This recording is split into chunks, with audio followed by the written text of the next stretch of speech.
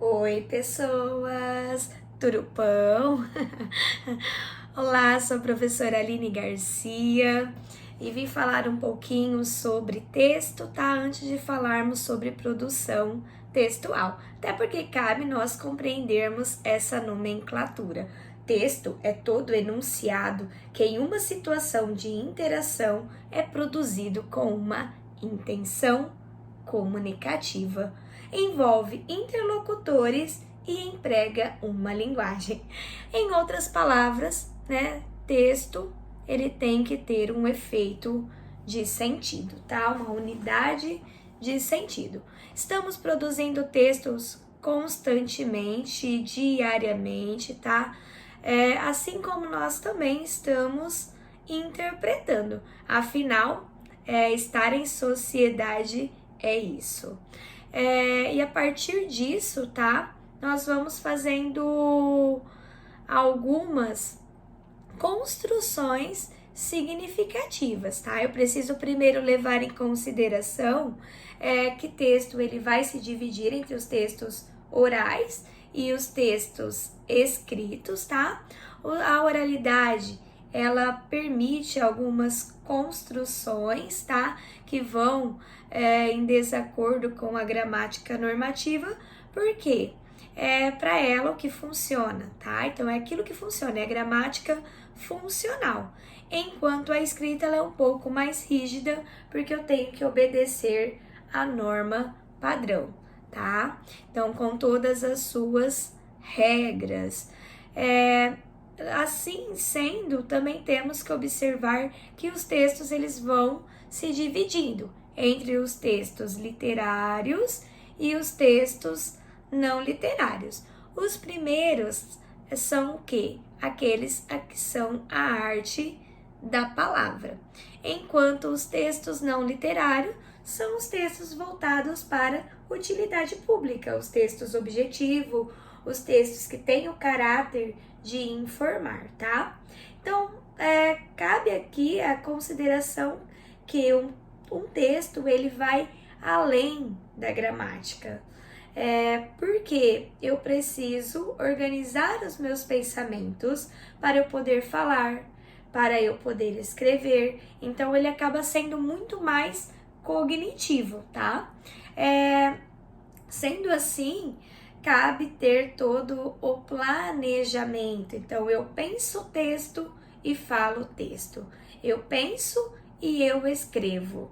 E depois eu vou fazer as correções necessárias para que fique claro para o outro. Claro, são situações comunicativas muito diferentes, até porque o processo da fala ele acontece, então a dinâmica é diferente, embora também temos, podcasts, seminários que já envolve aí um planejamento. Então tem lá as suas diferenças também.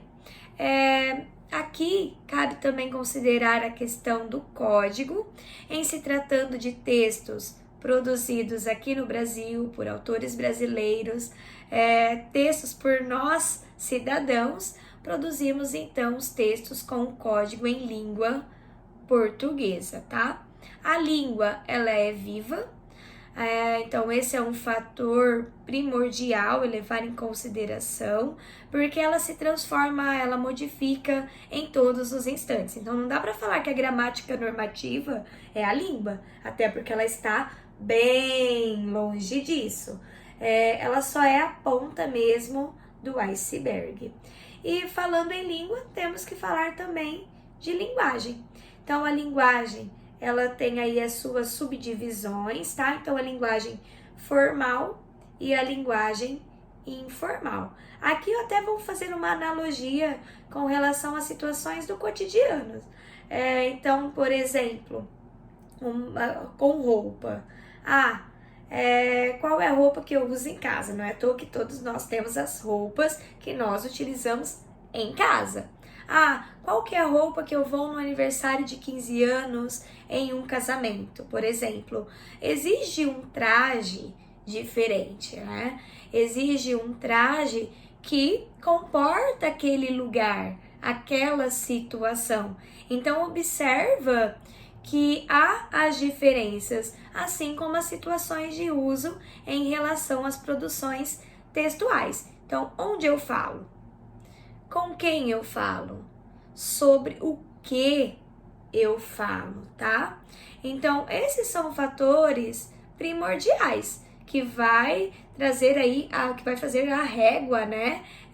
Entre essa questão, eu vou ser mais formal ou vou ser menos formal? O que eu tenho que entender é o quê? Que a mensagem ela tem que estar clara para o outro. Então, eu vou adaptá-la, tá? Igual assim, eu enquanto professora, por exemplo, estou ensinando variedades linguísticas. Uma questão é eu ensinar variedades linguísticas para crianças pequenas, então 10 anos. Outra questão é eu estar falando sobre variedades linguísticas com uma turma do 8º ano, com uma turma do ensino médio, com os meus alunos da faculdade. E outra questão é eu ir num evento científico, num congresso nacional ou internacional e falar sobre variedades linguísticas. Eu vou falar de formas diferentes.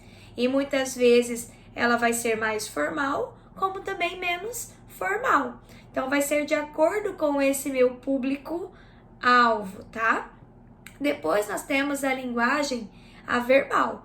Esta é composta por palavras, enquanto a não verbal por imagens, gestos e assim sucessivamente. E a linguagem mista, que une então as duas, a verbal, a palavra, mais a não verbal, tá? E na sequência nós temos a linguagem também, a denotativa e a conotativa, tá? A linguagem denotativa, o sentido da palavra é o que é definido pelo dicionário, tá? Então, tal qual se define, tal qual se aplica naquele contexto. Ela é objetiva, clara, concisa, impessoal. Então, assim, muitas vezes ela vai estar na terceira pessoa, tá? Então, ela traz um distanciamento entre a pessoa que escreve, a pessoa que fala e o leitor e o interlocutor.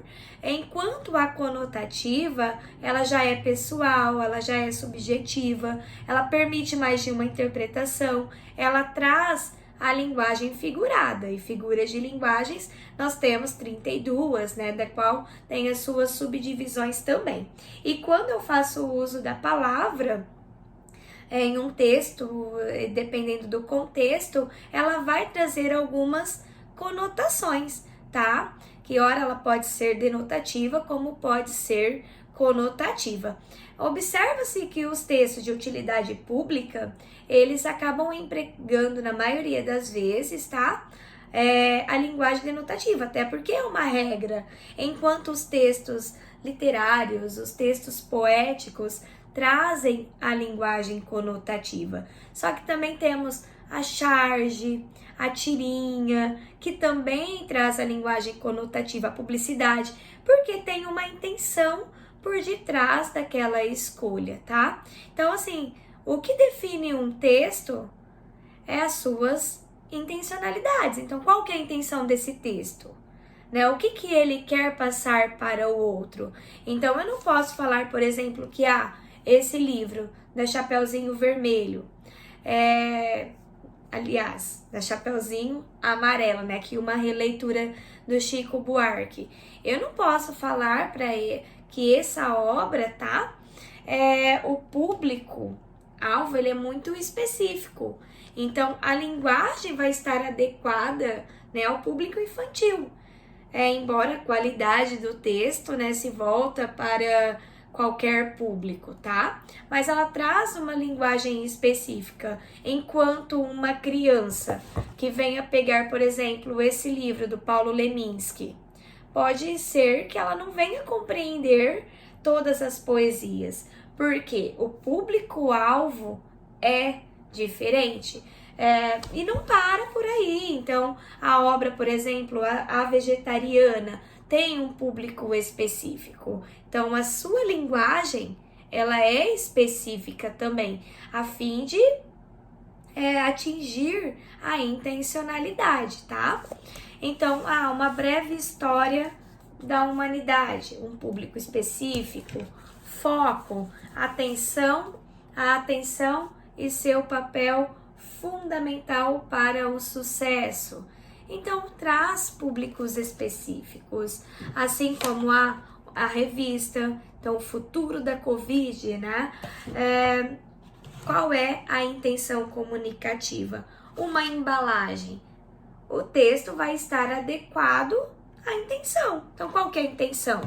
Tá? Então, observa, então, por exemplo, um plano de governo, tá?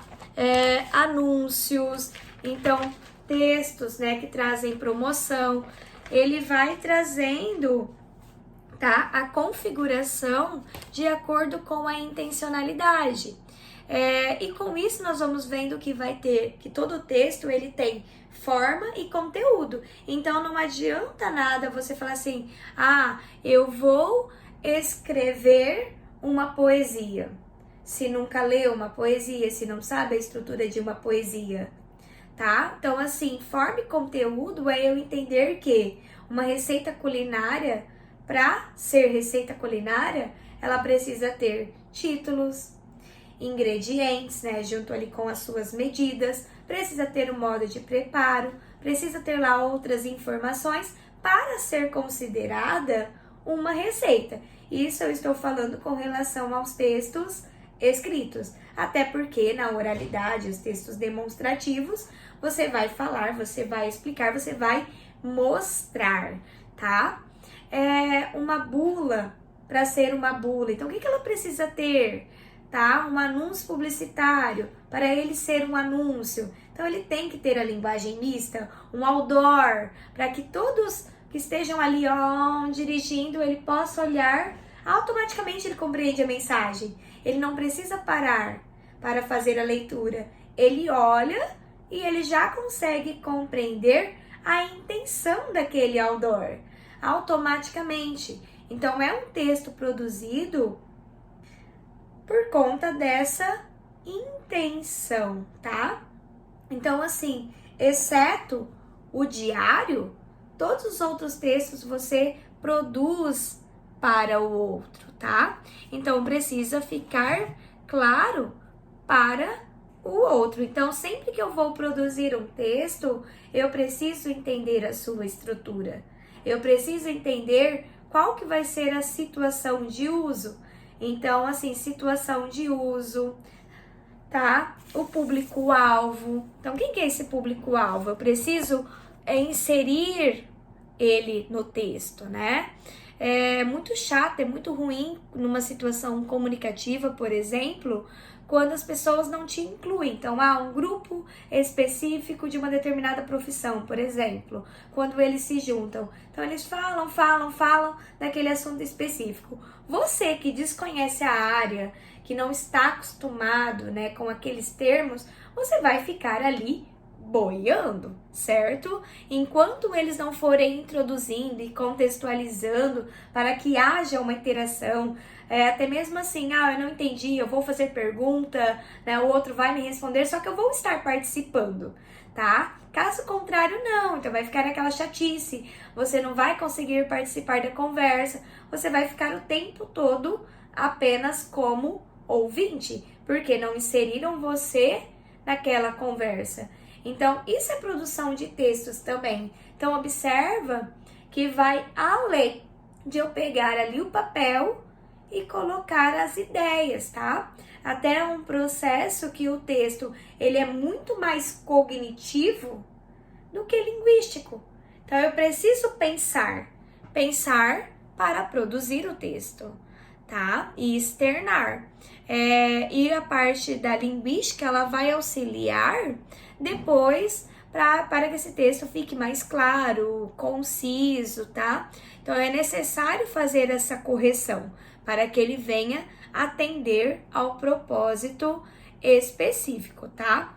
Então, onde eu falo, com quem eu falo, sobre o que eu falo e qual é a finalidade, tem que estar sempre em evidências, tá? Então, qual é a finalidade do discurso? E o suporte é muito importante também, porque uma questão é um texto estar sendo veiculado no Whats, no YouTube.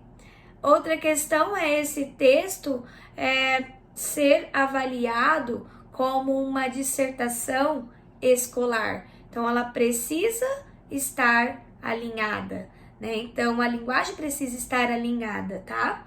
Então, eu tenho que observar essas questões. Eu posso falar de amor, posso falar de alegria em várias tipologias textuais, tá? Esse é o conteúdo. Só que a forma e as intenções serão diferentes, tá? E aí cabe sempre nós pensarmos na questão até palavra. Uma questão é a palavra, de acordo com o sentido do dicionário.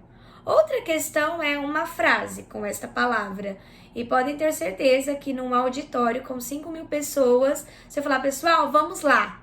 Escrevam uma frase com a palavra amizade. Podem ter certeza que vai sair 5.000 frases diferentes. Talvez parecidas, mas diferentes. Até porque cada um tem uma forma de se expressar, de escrever, de externar aquilo que pensa, tá? Então, essa é uma observação.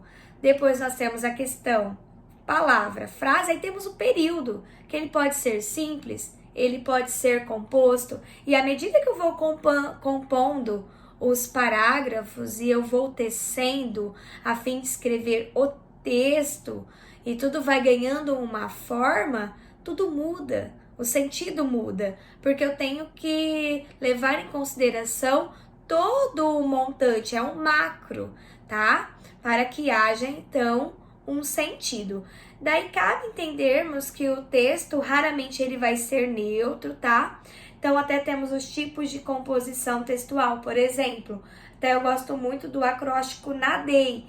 Por quê? Nós temos, é fácil, né, de memorizar, então nós temos os textos narrativos. Os textos narrativos, qual que é a intenção dele? Contar uma história. E ele conta uma história por meio de uma sucessão de ações, tá? Que vai tendo ali os elementos do pente, personagens, espaço, narrador, tempo e o enredo. Só que, professora, então os textos narrativos, eles só vão ser literários? Não! Os textos não literários, como a notícia, também vai trazer esse tipo de composição. Porque o que a notícia ela faz? Por meio ali do lead, o resumo. Ela traz o que aconteceu, quando aconteceu, por que aconteceu, quem eram as pessoas envolvidas. Então, ela traz essa sucessão de ações. Um relatório também, tá? Então, ele conta ali uma história. Depois, nós temos o tipo de composição, a argumentação.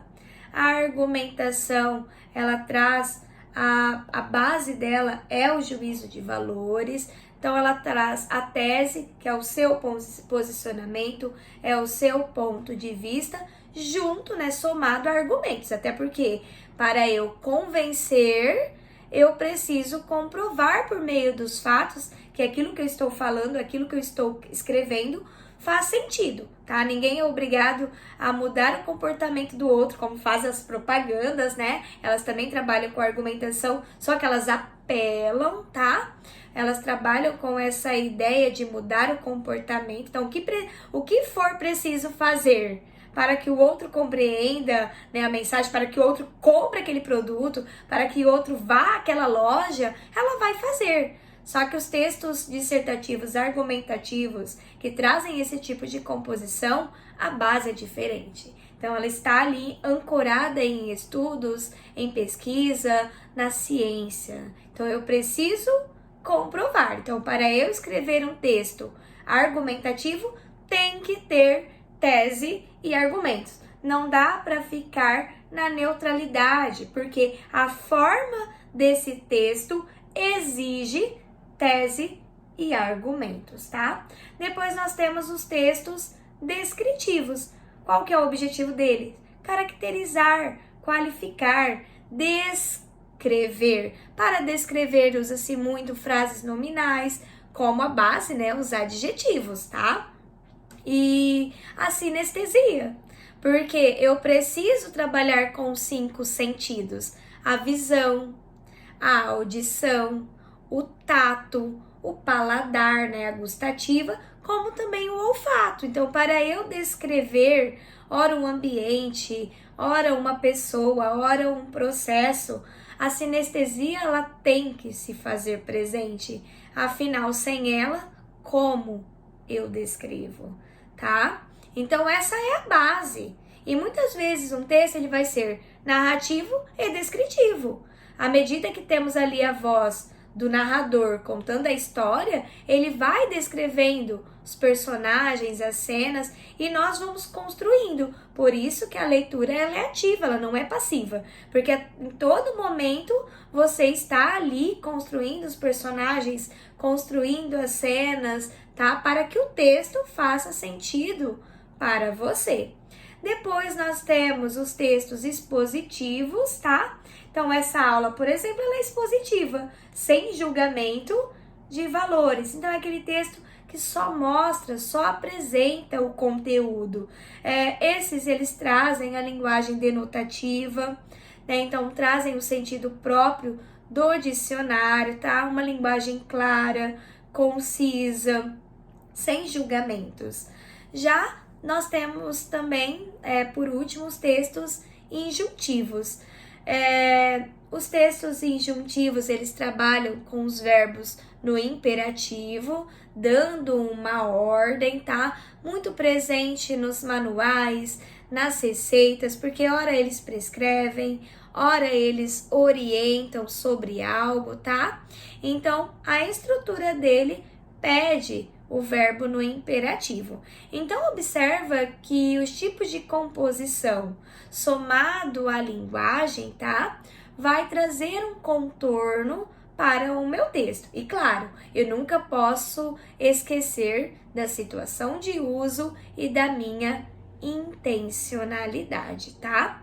E temos também que vai assim, nesse combo, tá? Junto também as funções da linguagem. Até num próximo vídeo eu quero destrinchar cada uma delas, mas só para vocês saberem, nós temos 6 funções, tá? A função referencial, a função referencial ela é impessoal, ela é objetiva, ela tem o caráter de informar, tá? Então essa está muito presente na notícia, que emprega a linguagem denotativa, por conta dessa intenção.